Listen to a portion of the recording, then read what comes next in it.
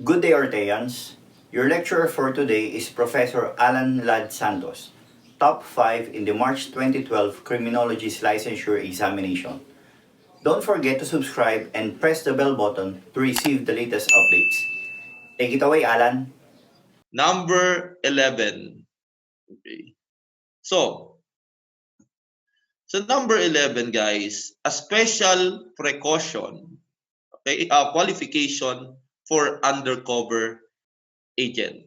Basic lang yung you have your excellent build, excellent eyesight para mas makita mo yung mga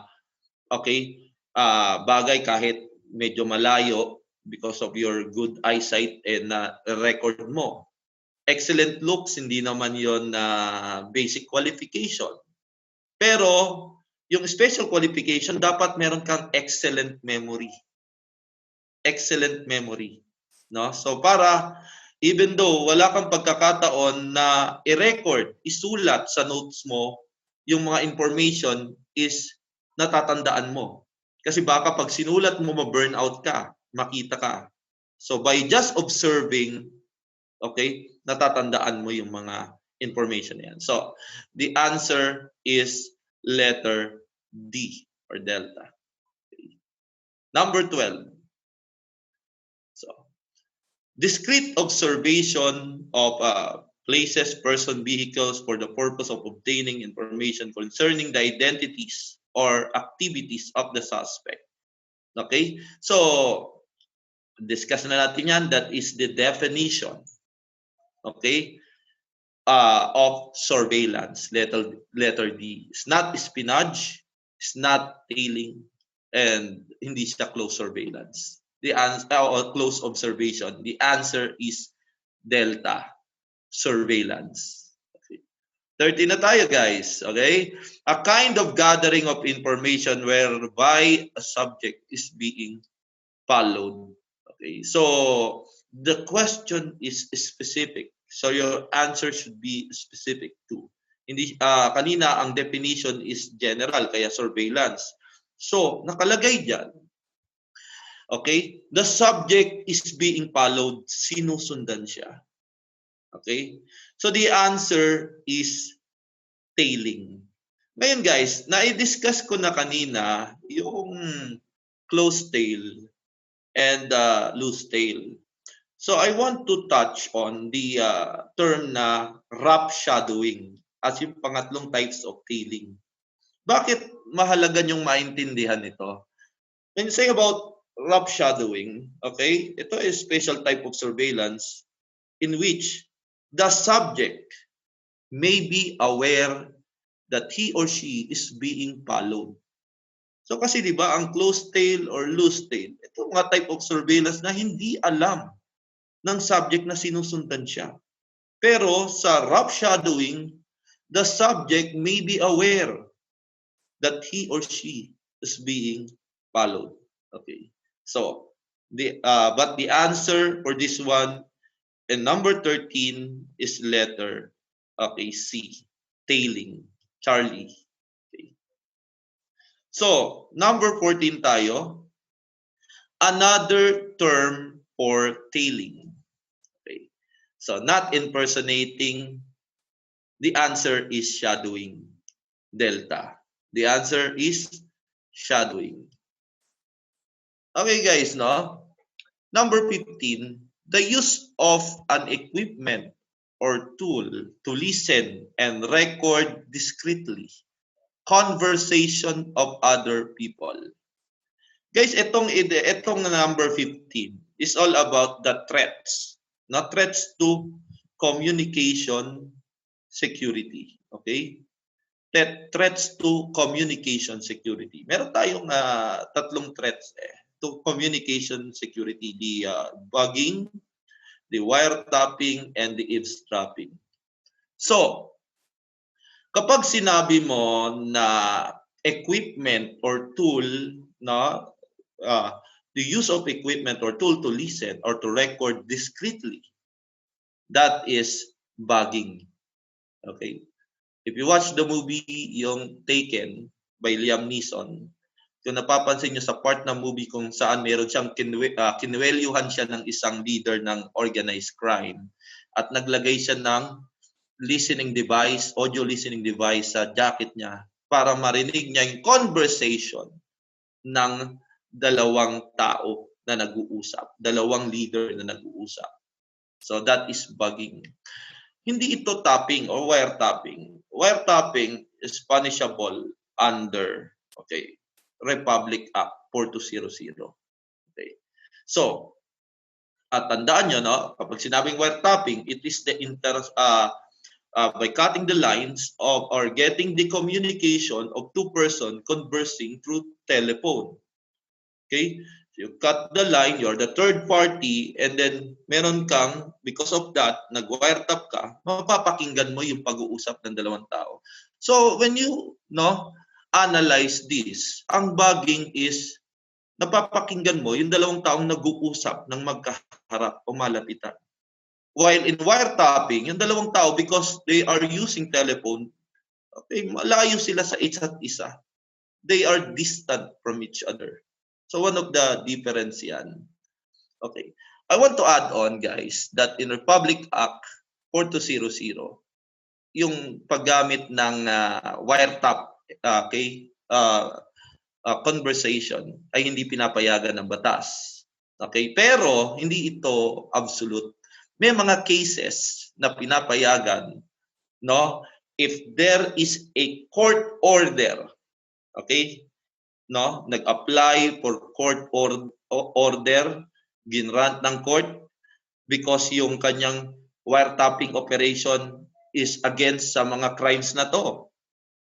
Rebellion, treason, piracy, disloyalty, so sedition, kidnapping, so kapag ganun ang crime under Public Act 4200, you could apply for court order, and after the issuance, you have 60 days, 60 days to conduct your wiretapping operation.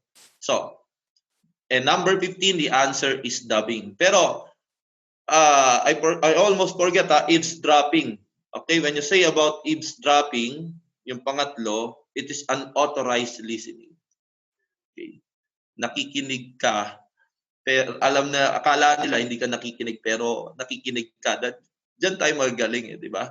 No, yung magpanggap tayo, and then nakukuha natin yung mga pag-uusap ng ibang tao. Okay. So, let us now proceed to number 16. Okay. Human sources of information who voluntarily provides facts to the detectives are generally classified into what? So, it is a basic question, guys. No? Pag sinabi mong informants, okay, yan ang sagot yan, Charlie. Because voluntary, okay, voluntary ito. But when you say about informer, there is consideration of something. Bakit sir? Meron tayong tinatawag na mercenary informants. Okay? So, synonymous siya, no? If you will observe the meaning, synonymous siya sa informer. Kasi ang mercenary informants, no? Okay, nagpo-provide siya ng information for a price. Okay? For a financial reward. Okay? Pero, no, the difference is, ang informer, it can be money, it can be position, yung kanyang consideration, it can be a favor, so pero ang mercenary informant, nakapokus lang siya sa reward or price, pera. So I want you to remember that. Number 17, in relation to number 16, the remuneration o yung price o pera, gain is the main motives of informers. Okay, informer. Letter C. Okay. Informer. Number 18. The knowledge acquired by the investigator from various sources. Okay? So, ang nakalagay dyan, knowledge na. Kasi pag sinabi mong on information, guys, raw data pa to eh. Unverified pa to data. So, hindi pa siya knowledge. Tandaan nyo, intelligence is a knowledge because it is a data na nag-undergo ng analyzation, evaluation, okay, interpretation, then dissemination. Na ito ay pumasok na doon sa 4 cycles of intelligence. Okay? Ano ba yung 4 cycles of intelligence natin, di ba? Okay? That is planning, collection, evaluation, okay, or processing, and dissemination. Okay? Tandaan nyo guys, sa ating 4 cycles of intelligence, planning is considered as the most crucial. Okay? Planning is considered as the most crucial. The collection, it is the most dangerous. Diba? Kasi, kunyari, ikaw ay penetrating agent, Penetrating agent, mga lalaking penetrating agent dyan, gusto maging penetrating agent. So, kaya it is the most dangerous eh. Biro mo, mag-disguise ka, mag-undercover ka. Paano kung na-burnout ka? You can be killed, So, the most dangerous is collection. The processing. Tandaan nyo, sa processing, I want you to write it as an additional information. It is the cycle or stage in which the raw data becomes intelligence.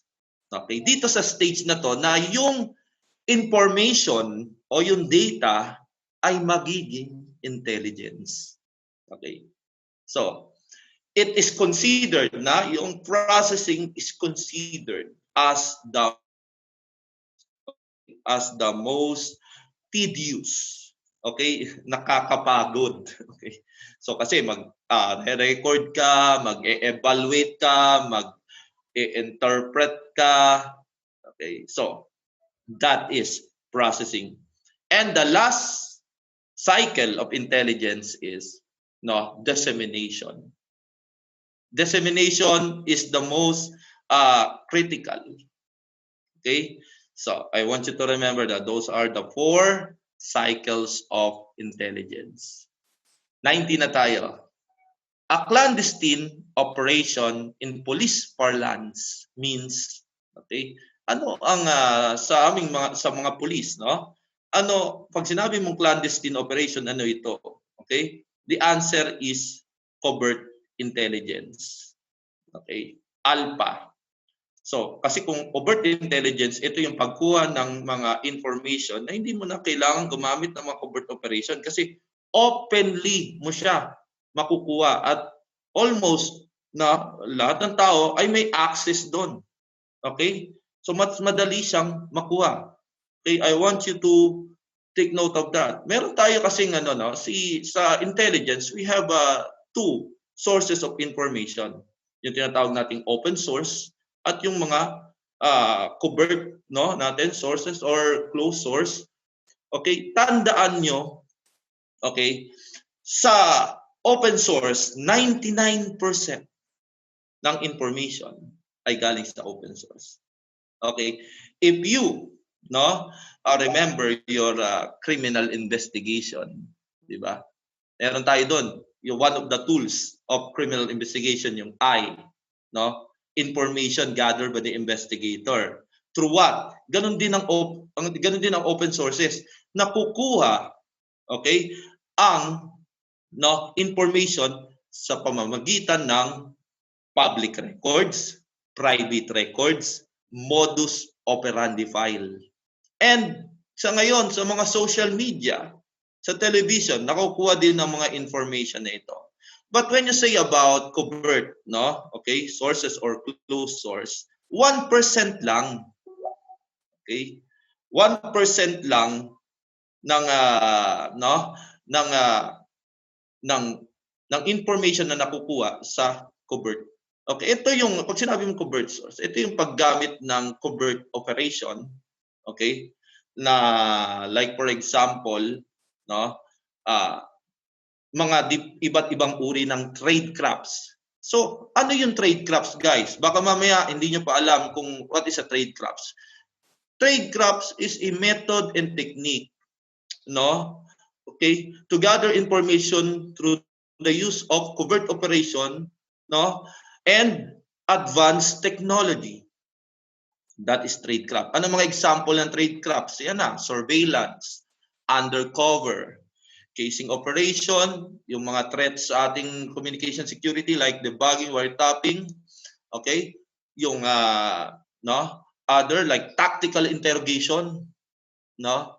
Tactical interrogation, yung mga elicitation natin. So, I want you to remember that. That is, no, the answer for number 19 sa clandestine is covert, alpha.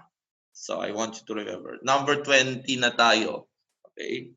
Desire to give an information as an excuse to talk to the officers to get more information than they could get than he gives. Okay?